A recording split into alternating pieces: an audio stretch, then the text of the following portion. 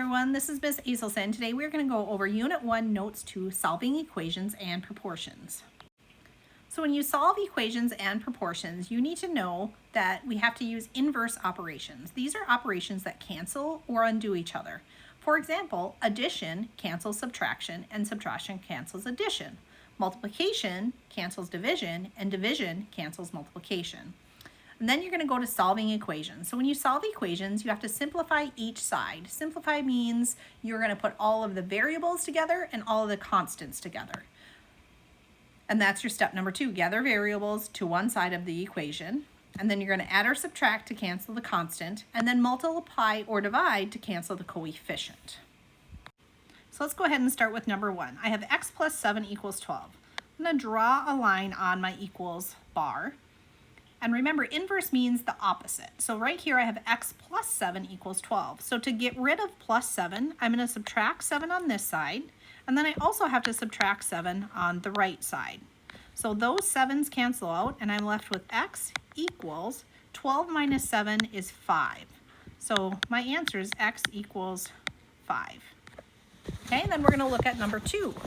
Okay, I'm going to draw a line on my equals bar. Here I have 37 equals b minus 29. To get rid of minus 29, I'm going to say plus 29. Okay, so if I plus 29 on that side, those cancel, but I also have to plus 29 on this side. When I plus 29 on the opposite side, 37 plus 29, I'm going to get 66 equals, the only thing left on the other side is b. So here, 66 equals b. That is the same as saying b equals 66. You can put those in any order.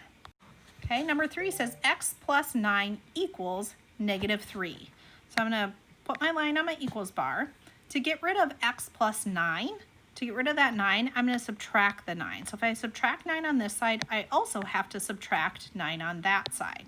So these 9's cancel out.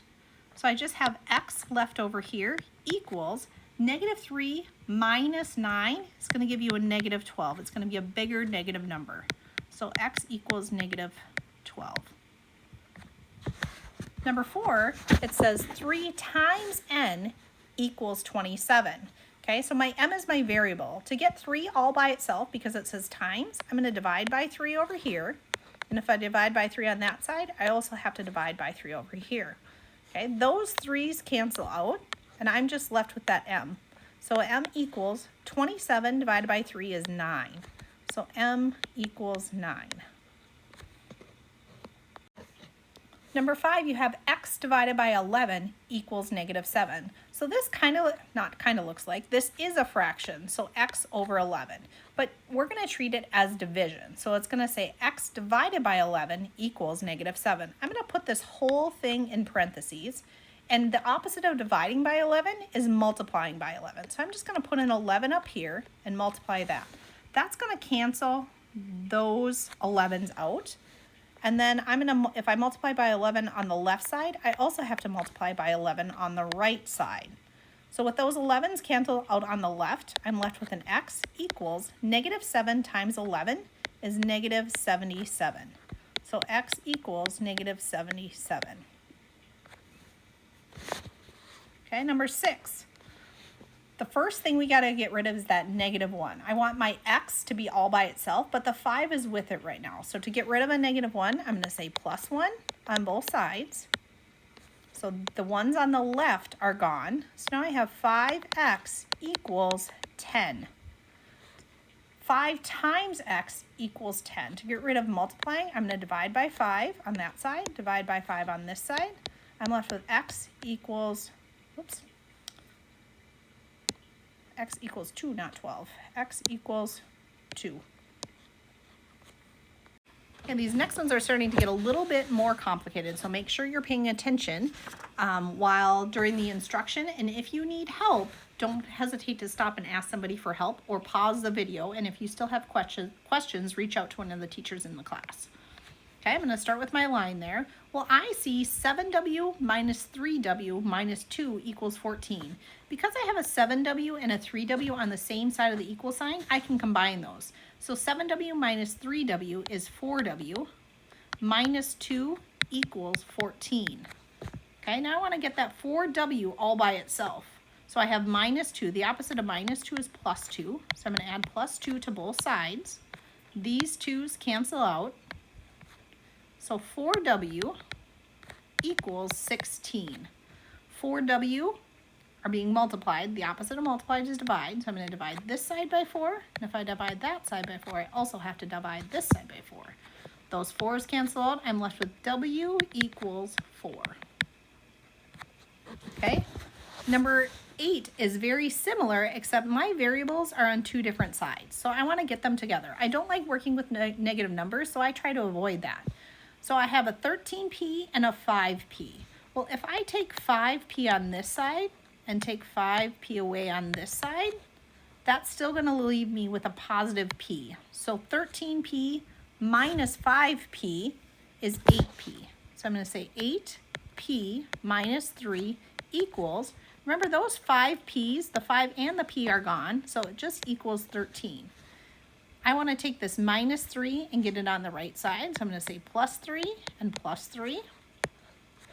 So I have 8p equals 13 plus 3 is 16. 8p, those are being multiplied, so I'm going to divide. So divide by 8, divide by 8. Those 8's are gone, so the only thing I'm left with is p. p equals 2. Okay, number 9, I have negative 4, then I have a set of parentheses, x plus 2. Because those parentheses are there, we have to distribute the negative 4 into each of those. So negative 4 times x is going to give me negative 4x. And then negative 4 times the 2 is going to give me a negative 8. Instead of saying plus negative 8, I can just say negative 4 minus 8 equals x minus 18. Okay, now I can go ahead and combine my variables. I have a 4x on the left side and a 4 and just an x on the right side. I want to get this negative 4x on the right side. So I'm going to say plus 4x, plus 4x. Okay, so these 4 and x's are gone on this side. And then when you don't have a number in front of a letter, there's actually a 1 right there. So 1x plus 4x is going to give me a 5x minus 18. And we still have the negative, don't forget to take that negative, 8 in front of that. Okay? To get the 5x all by itself, we're going to say plus 18. And then if we plus 18 on that side, we also have to plus 18 on this side. Okay, so negative 8 plus 18 is going to give me a positive 10 equals 5x. And because the 5 and the x are right next to each other, they're being multiplied. So I'm going to divide by 5, divide by 5. So 10 divided by 2, or 10 divided by 5 is 2. So 2 equals, and then the only thing that you're left over here is x. So 2 equals x. Number 10, we have 9 equals 3/7 x. Okay, so remember, we're going to treat that like division. Instead of like a fraction, we're going to treat it like division. So 9 equals, I'm going to rewrite that. 9 equals, and I'm going to say 3x divided by 7. So just like we did the problem earlier, we're going to take this whole thing and put it in parentheses and times it by 7. You're only going to times it by 7 to get rid of the bottom. The top number does not change. So if you times that side by 7, you also have to times this side by 7. So now I have 63 equals 3x. Okay, so I'm going to divide by 3, divide by 3. 63 divided by 3, 21 equals x. Now we're going to talk about proportions. Proportions are two ratios that are equal to each other. So they're going to be fractions. In order to solve that, you're going to cross multiply the top side times the bottom of the other side, and then you're going to set the cross products equal to each other, and then solve the resulting equation. Okay, so if those words don't make sense, then just hold tight, and then we'll talk about it on the next slide. Okay, so when we talk about cross multiplying, so I'm going to take the top of one and multiply it by the bottom of the other. So 4 times x is 4x. And then I'm going to do that on the other side too. So I'm going to take the top of one times the bottom of the other. And I'm going to put equals in the middle. So 10 times 32 is 320. Okay, so this is just like what you were doing. 4x equals 320. Well, this 4x is 4 times x. So I'm going to divide by 4. Whatever I do on that side, I have to do on the other side. So I'm left with x over here. The 4's are gone. equals 320 divided by 4 is 80. So x equals 80. Okay, we're going to do the same thing on this one, but remember before when we had -4 and then we had a set of parentheses? We have to do this because we have a variable and a number on both the top and the bottom. So I'm going to take this 5 and I'm going to cross multiply with the bottom, but I have to put this all in parentheses before I cross multiply. So I'm going to say 5 times x minus 4, and then I'm going to cross multiply the other and do the same, but this one also has to be in parentheses. So I'm going to say equals 3 times x plus 4. So before we move on, we have to distribute. So 5 times x is 5x, and 5 times -4 is -20, equals 3 times x is 3x, and then 3 times 4 is 12. So I have 5x minus 20 equals 3x plus 12. Now what I want to do is get my variables together. So I have 3x and it has a variable in it. So I'm going to say minus 3x on that side and minus 3x on this side. Remember, I don't want to work with negative numbers, so if I can avoid it, I'm going to. So 5x minus 3x is 2x. I still have this minus 20 equals, those 3's are gone, and now I'm just left with a 12. Okay, I want to get this 2x all by itself. In order to get the 2x all by itself, I have to get rid of the 20. So I'm going to say plus 20, plus 20. So now the 20's are gone on this side. So I have 2x equals 12 plus 20 is 32. And then I'm divide by 2, divide by 2, and x equals 16.